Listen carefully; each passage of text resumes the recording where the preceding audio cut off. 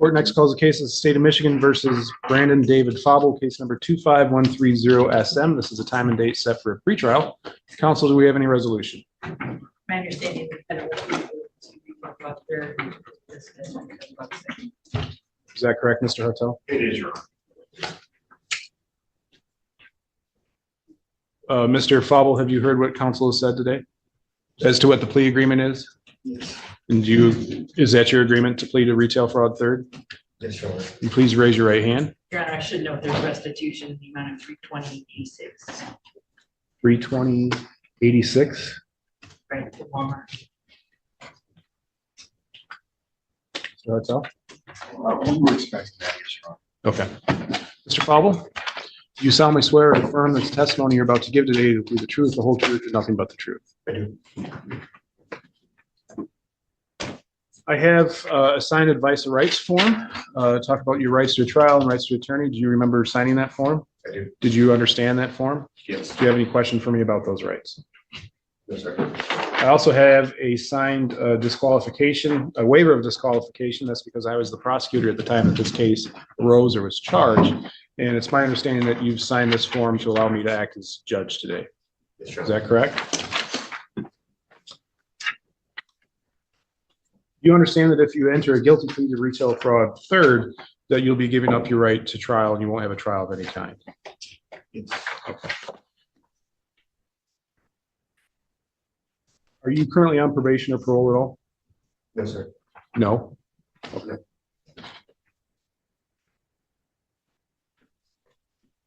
Currently charged with a retail fraud second degree that is a 1-year misdemeanor and or a fine of $2,000 or 3 times the value of the difference in the property stolen. It's my understanding that by entering a plea to retail fraud third degree, that is a 93-day misdemeanor and or a fine of $500 or 3 times the value stolen. Do you understand those potential penalties? Yes.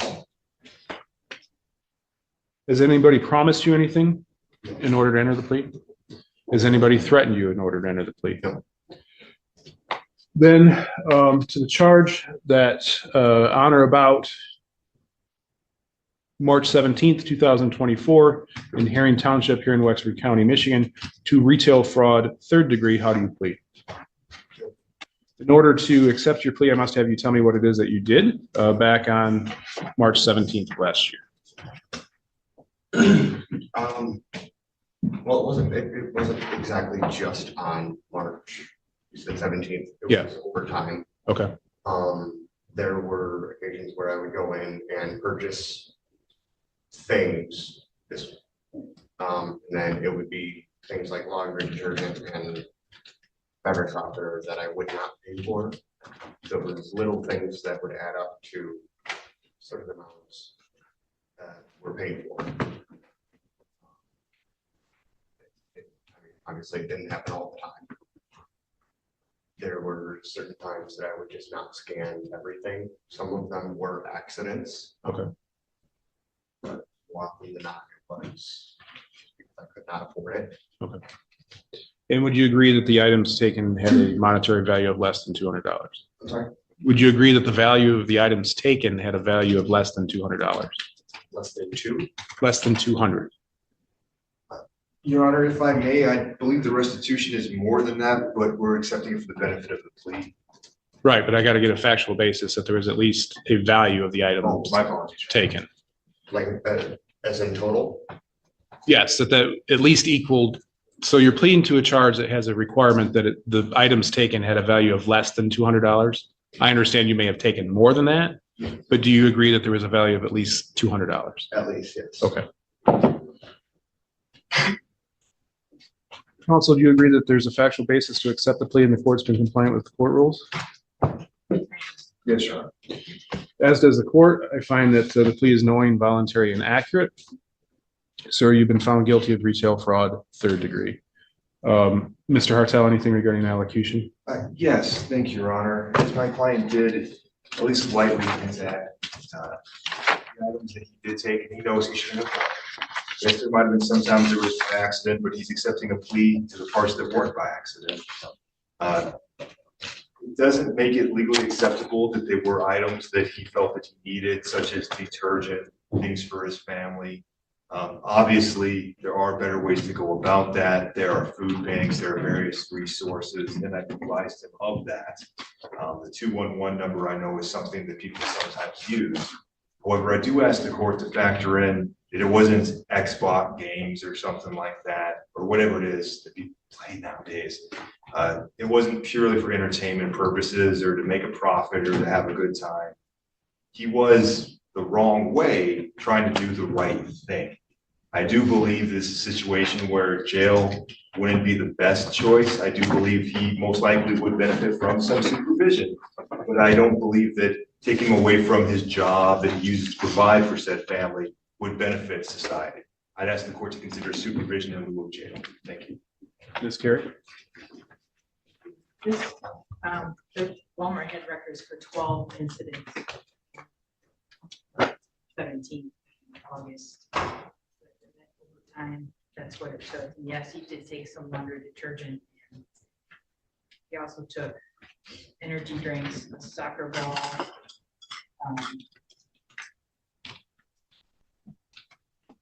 popsicles, energy drink, Febreze, air freshener bin. So not things that I would consider necessities. Root beer, really cheese bites. So melatonin, energy drinks again, liquid fence animal repellent.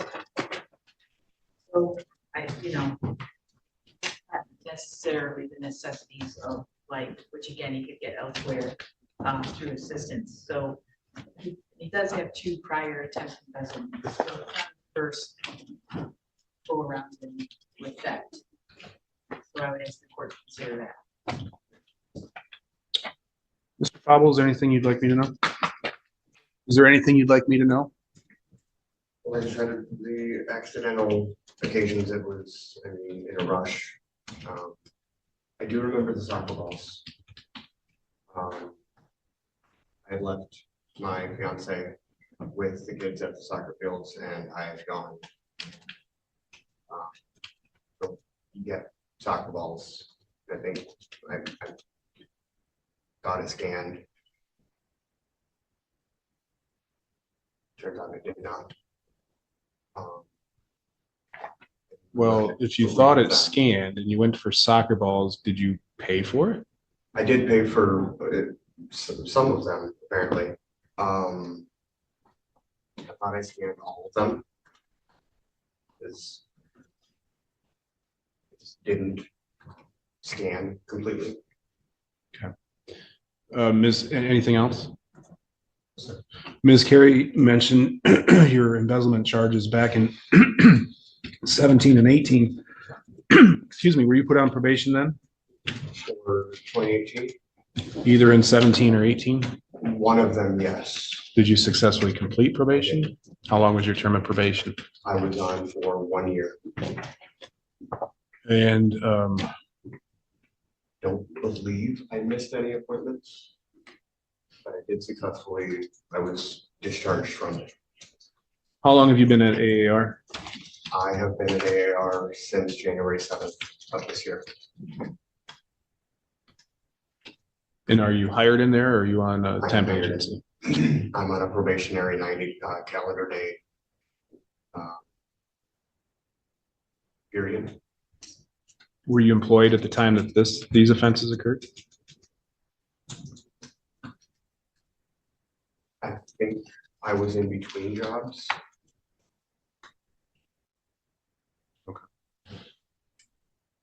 I think that, and I'm sorry to interrupt, but I think the embezzlement was from Walmart and he did the trespass from there as well.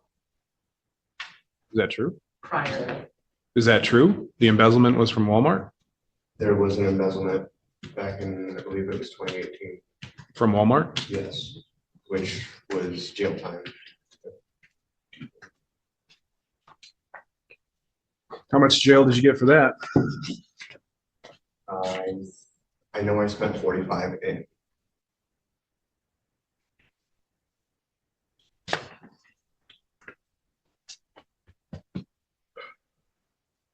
Anything else? There'll be a $75 crime victims' rights fee, a $50 state minimum fee, a fine of $150, court costs of $150. Attorney fee, Mr. Hartel? Wage, Your Honor.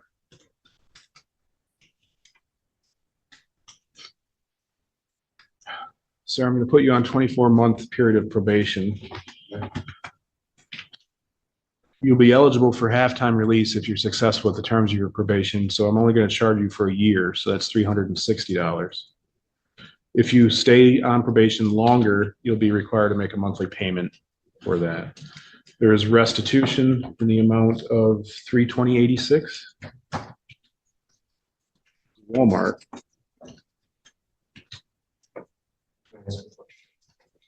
Yeah. How do I go about making that payment? Because I have that right now. You'll make it here at the court.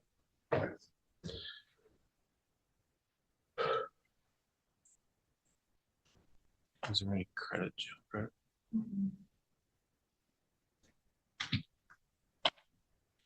What's your work schedule at AAR?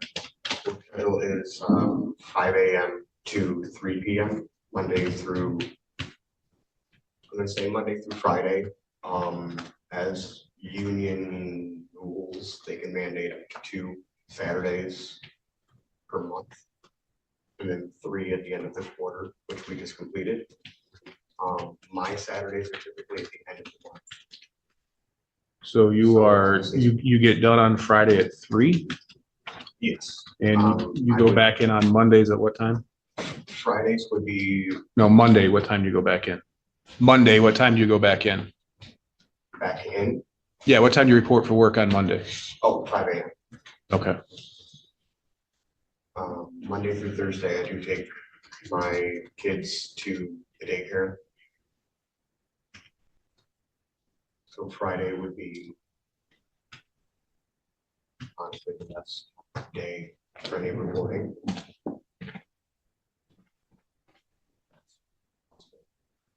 Well, I'm going to tie you up your weekends for a little bit. Okay. I'm going to give you 45 days jail, 0 days credit. You can serve that on the weekend. So report to the jail at 5 p.m. on Friday.